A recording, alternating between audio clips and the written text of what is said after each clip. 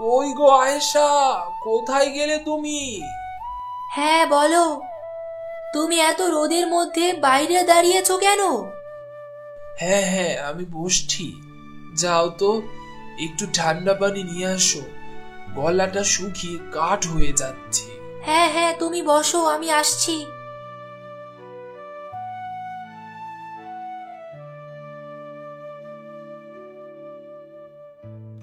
রোদের কি তাপ, শরীর পুরো ঝলসে যাচ্ছে।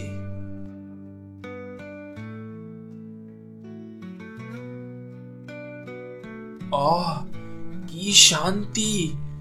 এত ঠান্ডা পানি কোথায় পেলে তুমি? পানি গরম হয়ে যাচ্ছিল, এজন্যই তো ঘরের মাটির কলসিটাতে পানি ভরে রেখেছি। তোমার মাথায় তো চমৎকার বুদ্ধি, আমার মাথায় তো আসেনি। মাটির পাত্রে পানি অনেক সময় পর্যন্ত ঠান্ডা থাকে, তাই তো আমি মাটির কলসটাতে পানি ভরে রেখেছি। পানিটা খেয়ে অনেক তৃপ্তি পেলাম। কই, ছেলেটা কোথায়? ইব্রাহিম গেল কোথায়? ওই সকাল সকাল খেয়ে দিয়ে বের হলো, তারপর তো আর বাড়ি ফিরিনি।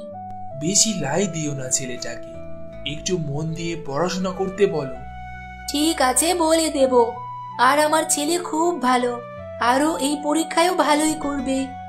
হ্যাঁ হ্যাঁ জানি, ছেলেকে কিছু বললে তো তোমার আবার সহ্য হয় না। যাও, তুমি ঘরে গিয়ে বিশ্রাম করো, আমার আবার অনেক কাজ বাকি আছে। আমি গেলাম।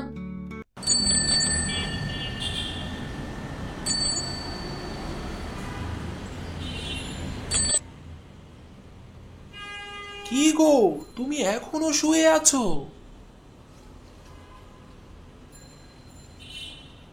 আমার না একদম ভালো লাগছে না, কিছু করতে ভালো লাগছে না। সারা দিন তো শুধু শুয়ে বসেই কাটাচ্ছি। বাবা, মা আজ রান্না করেনি, আমাকে কালকের বাসি খাবার খাইয়েছে।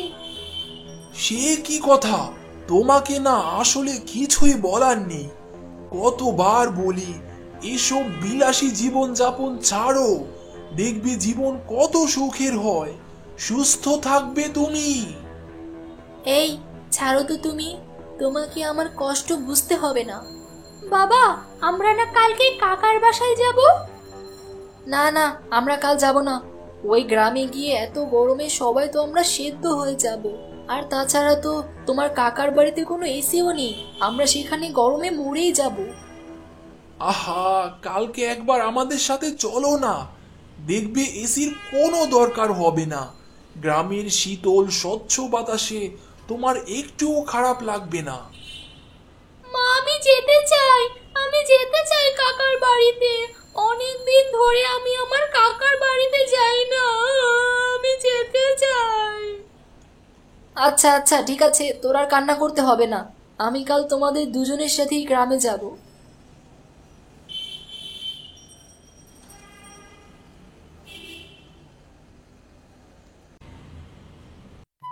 ভালো করে মুরগিগুলোকে খাবার দাও, কালকেই তো নাজিম আসছে। সত্যি বাবা, কাকা আসছে? কাকি আর টুনি ওরাও আসছে? হ্যাঁ রে, ওরা কালকেই আসছে গ্রামে ঘুরতে, 2-4 দিন থাকবে। হ্যাঁ বুঝলাম, তো হঠাৎ কি করে গ্রামের কথা মনে পড়লো তাদের? তাও আবার আমাদের মতো গরিবের বাড়িতে। বড় লোকের বেটি তো আবার এসি ছাড়া থাকতে পারে না। আহ, ছাড়ো তো এসব কথা। শোনো, ওরা যেন এসে সব সময় হাসি খুশি থাকে, কোনো কিছুতে যেন ওরা কোনো অভিযোগ করতে না পারে। আর বাবা ইব্রাহিম, শোনো, তুমি গিয়ে পাশের পুকুরটা থেকে বড় দেখে কয়েকটা তেলাপিয়া ধরে আনো, তোমার কাকুরা এসে খাবে। আর আয়েশা, আমি একটু বাজারের দিকে যাচ্ছি, দেখি কোনো ভালো সবজি পাই কিনা। ভাইয়ের জন্য দরদ। কিরে, চলে এসেছিস তোরা?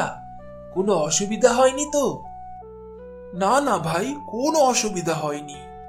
এখন কি তোমরা এখানেই দাঁড়িয়ে গল্প করবে নাকি ভেতরেও আসবে? ও, অনেকদিন পর তো আমার টুনিমা এখানে আসলো। তো কেমন আছে আমার টুনিমা? কোনো কথা বলছে না যে?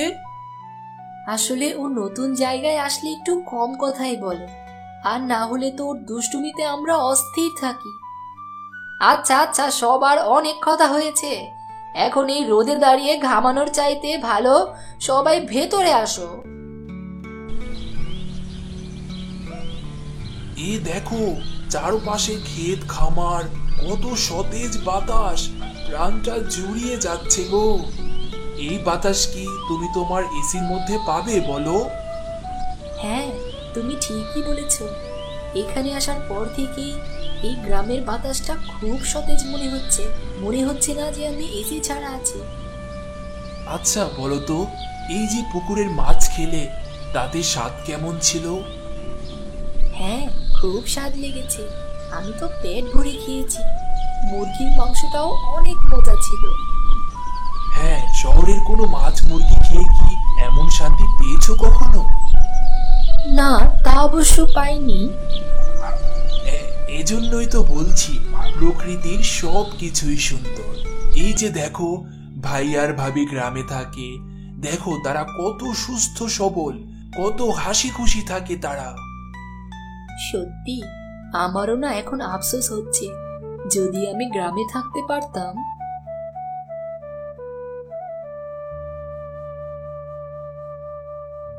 আর কিছু লাগবে তোমাদের? না ভাবি, আর কিছুই লাগবে না। কিন্তু আগে বলো তো, এত ঠান্ডা পানি তুমি কোথায় থেকে নিয়ে আসলে? হ্যাঁ আপা, একটু বলো না। ফ্রিজের ঠান্ডা পানি খেয়েও তো এত তৃপ্তি পাওয়া যায় না। আমাদের কলের জল মাটির কলসিতে রেখে দিলেই এরকম শীতল থাকে সব সময়।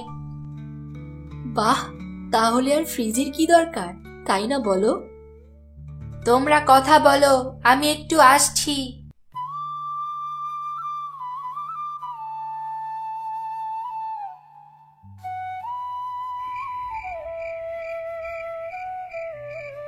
ভাই, ভাবছিলাম একটা কথা বলবো তোমাকে। হ্যাঁ হ্যাঁ, বল, কি বলবি? আমি আর শহরে থাকতে চাই না।